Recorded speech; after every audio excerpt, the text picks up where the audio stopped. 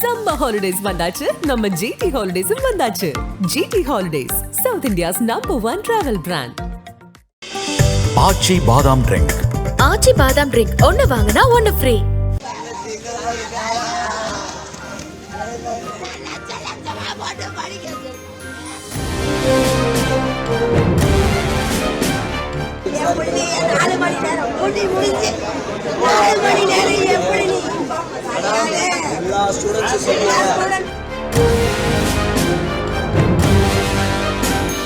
அந்த ஸ்டெப்ஸ்ல இருந்து ஒரு 6 ஸ்டெப்ஸ் தான் நான் இறங்கி திரும்பி பார்த்தேன். அப்படியே நான் திரும்பி பார்த்து மேல நின்றுருந்தா டக்குன்னு கத்திரம் கீழே குதிச்சிட்டாடா.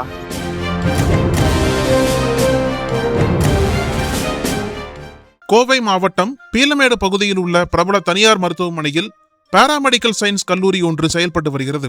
இந்த கல்லூரியில் திருவண்ணாமலையைச் சேர்ந்த அனுப்பிரியா என்ற மாணவி அலைட் சயின்ஸ் 1ஆம் ஆண்டு படித்து வந்தார். 18 வயதான இவர் சிறு வயதிலேயே தந்தையை இழந்தவர். தாயார் அரவணைப்பில் வளர்ந்து வந்த அனுப்பிரியா கல்லூரி விடுதியில் தங்கி படித்து வந்துள்ளார்.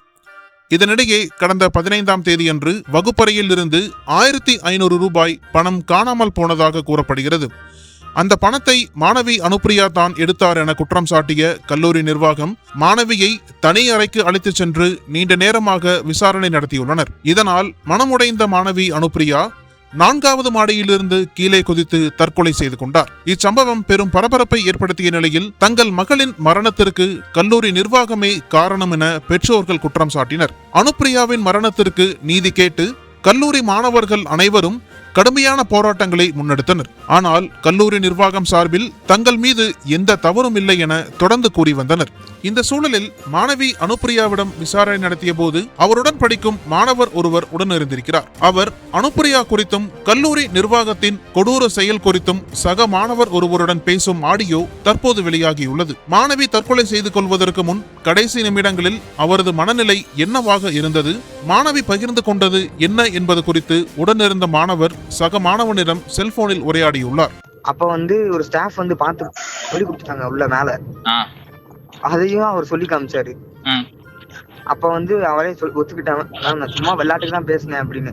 அப்பயும் அவளை புடிச்சு திட்டினாங்க. திட்டலாம் சொல்ல நல்லா திட்டினாங்க அந்த பிள்ளைய. அந்த டி என்னடி இப்படிதான் பண்ணுவியா, அந்த மாதிரி தான் இப்படிதான் பண்ணுவியா, என்ன நீ இப்படிதான் பண்ணுவியா, நீ உண்மையை சொல்லனா அதான் நீ இப்படிதான் நீ உண்மையை சொல்லனா உன்னைய போலீஸ்ட நாங்க சொல்லுவோம் உடனே. அதான்டா இந்த மாதிரி நீ இப்ப உண்மையை இந்த மாதிரி சொன்னாங்கடா. நீ இப்ப உண்மையை சொல்லனா உனக்கு போலீஸ் கூப்பிடுவோம், உங்க பேரண்ட்ஸ் சொல்லுவோம், ஸ்டடிஸ் கண்டினியூ பண்ண முடியாது. எங்க 2 பேர்த்தையும் சொன்னாங்க.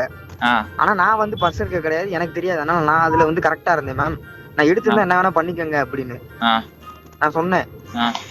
அதுக்கு அவங்க எல்லாரும் இல்ல எங்களுக்கு தெரியாது, நாங்க பேரண்ட்ஸ் கூப்பிட்டு விட்டுக்கிறோம், நீங்க என்ன வேணா பேசிக்கங்க, பேரண்ட்ஸ் நாங்க சொல்லியே ஆகும்னு சொன்னா. அவ கிஞ்சினாடா, மேம் சொல்லாதீங்க மேம் சொல்லாதீங்க மேம் சொன்னா.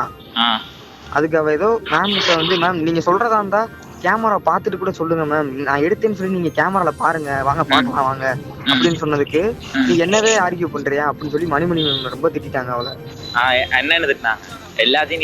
இப்படிதான் நீ என்கிட்ட வாய்ஸ் ரைஸ் பண்ணி பேசுவியா, உனக்கு யார் ரைட்ஸ் கொடுத்தது பேசுறதுக்கு, நான் பேசுனதுக்கும் உங்க 2 பேர்த்துக்கும் பேசுறதுக்கு தகுதியே கிடையாது, நீங்க 2 பேரும் இப்படிதான் உங்களுக்கு ஸ்கூல்ல சொல்லி கொடுத்துருக்காங்களா பேசுறதுக்கு, அப்படி இப்படின்னு தேவையில்லாதெல்லாம் திட்டினாங்க. நான் அப்ப கூட நான் எதுவும் தப்பு பண்ணல, நான் சொன்னேன். சரி நீ நான் அவட்ட கூட சொன்னேன், நீ அப்ப கூட அவட்ட வச்சு நாங்க இடத்துல வச்சு கேட்கலாம், நான் திரும்பி என்ன டிஸ்கஸ் பண்ணிட்டு நான் அவட்ட சொன்னேன், ஏய் எடுத்தியாடி, எடுத்தனா சொல்லு, நான் கூட நான் சொல்லிக்கலாம், ஏதாவது பாத்துக்கலாம், ஏதாவது நான் என்கிட்ட சொல்லுன்னே சொல்லிட்டு இருந்தேன். எடுக்கவே இல்லை சொல்லி அடிச்சு சொன்னாவ. அப்ப கூட சரி எடுக்கவே இல்லை, அப்புறம் என்ன அப்படி எதுக்கு பயப்படுறவா போலாம், நம்ம நீ அழுகாதவா அப்படின்னு. அவங்க வீட்டுல போன் பண்ணி சொன்னதுக்கு அப்புறம் தான் ரொம்ப அழுதுட்டு ஒரு மாதிரி பண்ணான். ரொம்ப கெஞ்ச நம்பர் கூட சொல்லல மேம், சொல்லாதீங்க மேம் சொல்லாதீங்க மேம், என்னன்னு கேமரா பாத்துட்டு கூட சொல்லுங்க மேம், வாங்க மேம் கேமரா கூட பாக்கலாம் மேம் சொன்னதுக்குதான் எப்படி உனக்கு கேமரா நாங்க பாக்க விடுறது அப்படின்னு சொன்னான். அப்புறம் தான் இந்த மாதிரி நான் உள்ள என் கோட் அங்க டேபிள்ல இருந்துச்சா, நான் எடுத்துட்டு வரேன், அந்த பேக கீழே வச்சுட்டு நின்று இருந்தாங்க. நான் என் கோட்டை முடிச்சுட்டு பேக்ல வைக்க வா போலாம் அப்படின்னு சொல்லி நிக்கிறேன். அவ அழுதுட்டே இருந்தா, என்ன எல்லாரும் பிளேம் பண்றாங்க, எனக்கு பயமா இருக்கு அப்படி இப்படின்னு சொல்லிட்டு இருந்தா. எங்க வீட்டுல சொல்லிட்டாங்க, சொல்ல வேணாம்னு சொல்லிட்டாங்க, அழுதுகிட்டே இருந்தாடா. சரி வான்னு சொல்லி பேக் எடுத்து கொடுத்ததுக்கு நீயே பேக போட்டுக்க அப்படின்னு என்ன சொன்னா. சரி நான் கூட இந்த மாதிரி அழுகுறதுனால கொஞ்சம் டயர்டா இருக்கனால என்னை பேக் எடுத்து சொல்றா போல, எப்பவுமே அவ பேக் சொன்னா நான் தான் எடுத்து வருவேன். என்ன சொன்னாலும் நான் அதை கூட பெருசா எடுத்துக்கல. பேக் எடுத்துட்டு எப்பயும் போல போட்டு அப்படியே அந்த 3 ஸ்டெப்ஸ் நீ முன்னாடி போ, நான் கையை பிடிச்சி இழுத்துட்டேன். இத்தனைக்கும் வா போலாம் இழுத்ததுக்கு தான் அவன் என்ன சொன்னா, இப்பதான் அந்த மேம் பார்த்து திட்டிருக்காங்க நம்ம அடிச்சு விளாண்டு போன கேம்பஸ்குள்ள, நீ முன்னாடி நடந்து போன பின்னாடியே வரேன், இப்பதான் வான் பண்ணி விட்டுருக்காங்க, போன் வேற சொல்லியிருக்காங்க, திரும்பவும் இந்த மாதிரி பண்ணாத, வா போலான்னு. இத்தனைக்கும் அவன் எதுவும் பண்ணிக்குவான், அழுதுவான்னு பயந்துட்டு அவளை தனியா விடல. வா போலான்னு சொல்லிட்டு அந்த ஸ்டெப்ஸ்ல இருந்து ஒரு 6 ஸ்டெப்ஸ் தான் இறங்கி திரும்பி பார்த்தேன். அப்படியே நான் திரும்பி பார்த்து மேல நின்றுருந்தா டக்குனு கத்திரம் கீழே குதிச்சுட்டாடா. இத்தனைக்கும் கீழே குதிச்சோன்னு என்ன பண்றேன்னு தெரியாம கீழே இறங்கி போய் சுத்தி போய் இறங்கி போய் பக்கத்துல பார்த்தோன்னே தூக்கிட்டு ஐசி போனாங்க. நீ பக்கத்திலே விடல, அவளை பக்கத்திலே குடுக்குறேன்டா. சிபிஆர் குடுத்துட்டே இருக்காங்கடா 2 மணி நேரம் 3 மணி நேரமா. நான் என்னாச்சு ஏதாச்சுன்னு கேட்டுக்கிட்டே இருக்கேன். எனக்கு என்ன பண்றதுனே தெரியல. என்கிட்ட போலீஸ் அது இதுன்னு கேட்டுட்டு இருக்காங்க. என்ன கேட்டாங்க, என்ன நடந்துச்சு ஒரு 4-5 போலீஸ் வரிசையா கேட்டுட்டே இருந்தாங்க. என்னைய ரூமுக்குள்ள கூட்டு போய் கேட்டுட்டே இருந்தாங்க. நான் நடந்ததெல்லாம் சொல்லிட்டேன் அவங்ககிட்ட. இருந்தும் என்னை இன்னைக்கு ஏன் தெரியுமா என்ன வரவில்லை, நீ ஸ்டேஷன் காலையில வர சொன்னாங்க என்கொயரிக்கு.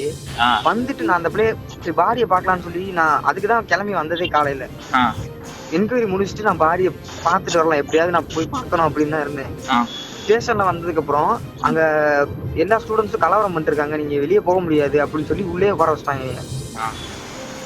எங்க 4 பேர்த்தையும் உங்க 4 பேரே கேஸ் போடுவோம் நீங்க இப்ப போனீங்கன்னா. ஏன்னா இப்ப அங்க ஸ்டூடெண்ட்ஸ் கலவரம் ஆயிடுச்சு. இப்ப என்னைய பார்த்தாங்கன்னா அவங்க ரொம்ப ஃபோர்ஸா இருந்துட்டு ரொம்ப ஏதாவது கலவரம் பண்ணுவாங்க. அதனால உன்னை நான் விட முடியாது, ஏதாவது நடந்துச்சுன்னா உன்னதான் நான் தூக்கி ஜெயில போடுவேன், உங்களதான் எல்லாத்தையும் ஜெயில போடுவேன் அப்படி இப்படின்னு சொல்லி மிரட்டி உட்கார வச்சிருந்தாங்க ஸ்டேஷன்ல. நான் இத்தனைக்கும் உட்கார்ந்துருந்தேன். இவ்வளவு நேரம் உட்கார்ந்தோம். அவங்க இப்ப முடிச்சதுக்கு அப்புறம் என்ன சொல்லி திரும்ப அனுப்பிச்சாங்க, கடைசி வரைக்கும் என்கொயரியே பண்ணல. நீங்க கடைசி வரைக்கும் எனக்கு என்கொயரியே பண்ணல.